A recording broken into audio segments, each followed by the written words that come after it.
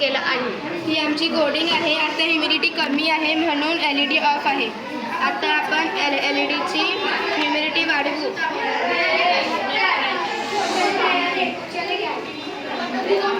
Humidity वाढली म्हणून आता ही पेटेल.